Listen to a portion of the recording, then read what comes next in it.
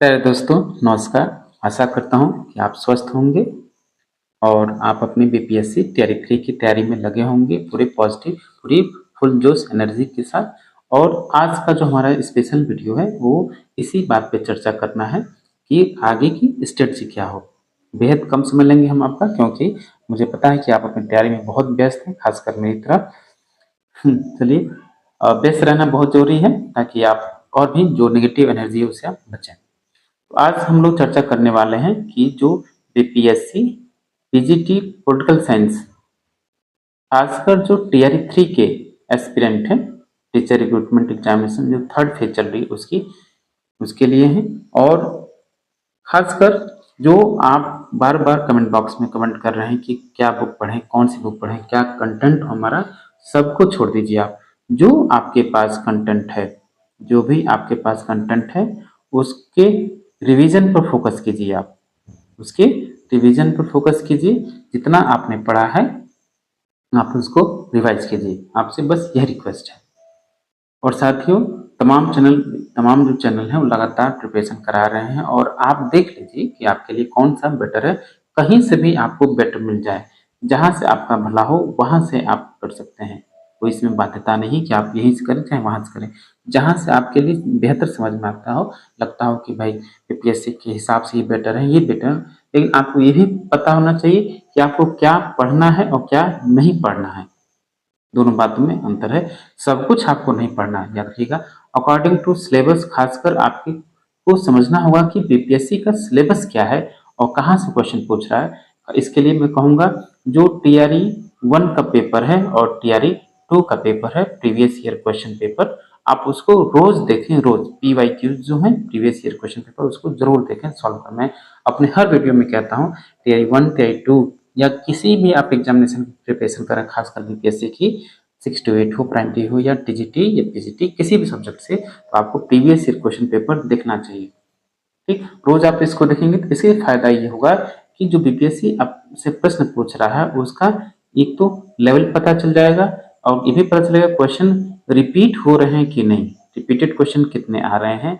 और एक और चीज आपको ये पता करना है कि टीआरई 1 में जो प्रश्न पूछा गया है किसी टॉपिक से, मान लीजिए संप्रभुता से टीआरई 1 से प्रश्न आया, टीआरई 2 में संप्रभुता से क्या प्रश्न आया, और दोनों रिपीट हुए हैं कि नहीं, सेम क्वेश्चन है या अलग। तो संप्रभुता आपका और जो स्टेट है बेहद महत्वपूर्ण है। तो राज्य और राज्य के से उत्पत्ति के जो सिद्धांत हैं उनमें खासकर सामाजिक समझौता सिद्धांत, इनसे कितने प्रश्न रिपीट हुए हैं, इन टॉपिक से कितने प्रश्न बने हैं, क्या वो क्वेश्चन रिपीटेड है कि नहीं, तब आपको गेस करना होगा। 2 क्वेश्चन आ चुके हैं संप्रभुता से या पॉलिटिकल थियरी से, मैं बस एक एग्जांपल दे रहा हूँ। और 2 क्वेश्चन एक ही टॉपिक से आ चुके हैं तो उस टॉपिक से तीसरा क्वेश्चन क्या बनेगा, तो उस हिसाब से आपको पढ़ना है। ये मैं बार बार कह रहा हूँ। हो सकता है कि उस टॉपिक को टच ना करें और टॉपिक कौन सा बच गया है तो उससे उससे पूछ ले। ठीक, तो एक तो ये चीज हो गया। और खासकर आप जो कह रहे हैं कौन सी बुक, मैं बता दूं, अंतिम समय में जो आपके लिए रिवीजन के लिए जो बेहतर होगा वो आपके लिए एक तो राजेश मिश्रा, राजेश मिश्रा सर की जो पुस्तक है राजनीति विज्ञान एक समग्र अध्ययन, आप उसको देख सकते हैं बतौर रिवीजन के लिए। अगर आप पॉलिटिकल साइंस के स्टूडेंट हैं तो ये मस्ट है कि आपके पास एक कंपलसरी तौर पर, एकदम आवश्यक तौर पर एक पुस्तक आपके पास होनी चाहिए। राजेश मिश्रा सर की बेहद महत्वपूर्ण पुस्तक है। और एक और चीज, अगर आपको यूजीसी नेट यूजीसी नेट के पॉलिटिकल साइंस के जो प्रीवियस ईयर क्वेश्चन के सॉल्व पेपर हैं, अगर वो आपको मिल जाए तो आप उसको भी देख सकते हैं। खासकर जो आपके संविधान से प्रश्न है और कंपेरेटिव पॉलिटिक्स से और पॉलिटिकल थियरी से आप देख सकते हैं। एक और चीज बता दूं, जो आपका एनसीईआरटी है उसके प्रश्न पूछने का पैटर्न यह है कि एनसीईआरटी के जितने चैप्टर्स हैं उससे एक तो प्रश्न पूछ रहा है। अब मान लीजिए कि उसमें राजनीतिक सिद्धांत है, संविधान है। ठीक, विश्व के प्रमुख संविधान तो नहीं दिया लेकिन एक हिंट किया है। और जो आपका ग्लोबल पॉलिटिक्स यानी जो विश्व राजनीति है, इसमें आपका यह जो चैप्टर वो आपका यूनाइटेड नेशन ऑर्गेनाइजेशन पर ज्यादा फोकस करता है। लेकिन इसके अलावा अगर आपके राजनीतिक विचारक एनसीईआरटी में नहीं है, तुलनात्मक राजनीति नहीं है और लोक प्रशासन नहीं है, लोक प्रशासन पे नहीं है, तो ये आपके कहाँ से प्रश्न पूछेगा। तो जो आपका पब्लिक एड के प्रश्न है, पब्लिक एडमिनिस्ट्रेशन के प्रश्न है, उसके एकदम बेसिक प्रश्न आपसे पूछेगा, याद रखिएगा बेसिक पूछेगा कि लोक प्रशासन का उद्भव या उसका विकास, उसके जो प्रमुख सिद्धांत हैं, खासकर जो आपका एल्टन म्यो का शोध है या हेनरी फ्योल का हुआ, लूथर बुलिक का हुआ, ये सब चीजें विल्सन के जो सिद्धांत हैं, ये सब चीजें आप संगठन के सिद्धांत भी पढ़ सकते हैं, इनसे प्रश्न पूछेगा। कार्यपालिका और विधायिका में संबंध, और एक और आपका जो एजेंसीज हैं, line agency staff, line staff, और जो ऑक्सिलरी यानी सहायक स्टाफ, और ये सब आपसे पूछेगा कि कौन सा विभाग सहायक में आता है, कौन सा विभाग सूत्र है, कौन सा अभिकरण है, ये पूछता है। और रही बात राजनीतिक विचारक में, तो आपको एक तो प्लेटो का आदर्श राज्य, अरस्तु और मैकियावली, ये चीज। इसके बाद जितने सामाजिक समझौता विचारक हैं, खासकर तीन, एक तो आपका हॉब्स हुआ, लॉक और रूसो, ठीक, ये पढ़ना चाहिए आपको। फिर उसके बाद आपके बेंथम आ जाते हैं और मिल, ठीक। और आधुनिक समय में लास्की से जो प्रश्न आते हैं आपके, बहुलवादी विचारक है ये, इससे इसकी पुस्तक का नाम, इसके जो कई फेमस कोट हैं वो आपसे पूछता है। और एक जॉन रॉल से थोड़ा प्रश्न पूछेगा, ये आप पढ़ लीजिएगा। अब ये थोड़ा वेस्टर्न इंडियन में क्या, आपको मनु को पढ़ना है, मनु का सप्तांग सिद्धांत, और कौटिल्य का सप्तांग सिद्धांत पढ़ना है, ठीक। और कौटिल्य का तो मंडल सिद्धांत जरूर पूछ के जाइएगा, खासकर कौटिल्य का जो प्रशासनिक व्यवस्था है वो पढ़ना होगा। ये दो विचारक आपको जरूर पढ़ा होना चाहिए, ठीक। और खासकर अंबेडकर लोहिया की जो किताबें हैं, महात्मा गांधी की जो किताबें हैं, आपको पता होना चाहिए। और एक और मैं बताना भूल गया उधर, मार्क्स बहुत बहुत महत्वपूर्ण है।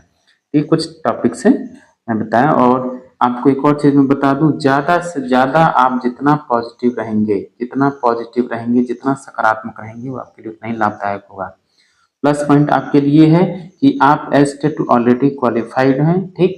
आपको जो पहले जो 1 नंबर या 2 नंबर या 3 नंबर से रुक गए थे, उनका इस बार सिलेक्शन तय होना है।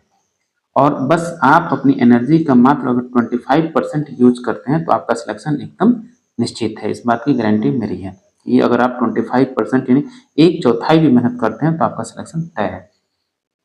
पिछली बार आपने मेहनत किया, किसी कारणवश भूल चूक की वजह से आपका सिलेक्शन नहीं हुआ, तो घबराना नहीं है। इस बार आपका तय, बस ईमानदारी से थोड़ा सा मेहनत कर देंगे, आपका ग्राफ बढ़ जाएगा, बिल्कुल आपका सिलेक्शन हो जाएगा। जितनी पिछली बार मेरिट थी, लगभग उसी के आसपास कट ऑफ रहेगा, मैं बता दे रहा हूँ अभी, क्योंकि उतने जितने पिछले बार कंपटीशन था, लगभग 2.5 सीट या 2 सीट पे, इस बार भी उतना ही है। आप ये मान लीजिए कि किसी भी एग्जाम में लगभग 10 ही % लोग उसमें सीरियस रहते हैं, अभी मैं बता दे रहा हूँ, मात्र 10% सीरियस रहते हैं, और 2 से 3% उसमें तुक्के वाले लोग आ जाते हैं। तो आपको 10% सीरियस, और मात्र आपको तो केवल एक सीट की जरूरत है, मात्र एक सीट। आप छोड़ दीजिए कि 1200 सीट है कि 3300 उसके एस्पिरेंट हैं या कंपटीटर्स हैं या उसमें कैंडिडेट हैं, आप उसकी चिंता छोड़ दीजिए। आप बस एक कैंडिडेट, एक सीट लीजिए, आपको मतलब किसी कैटेगरी में, कैटेगरी के बजाय आप जनरल से मुकाबला कीजिए, ठीक। आप ये सोचें कि आपका सिलेक्शन जनरल में हो, ठीक। जनरल की लगभग 65 से 67 कट ऑफ जा सकती है, ठीक, हम बता दें। चलिए, ज़्यादा नहीं, और अंत में आपसे रिक्वेस्ट है कि प्लीज़ आप चैनल को जरूर जरूर सब्सक्राइब करें।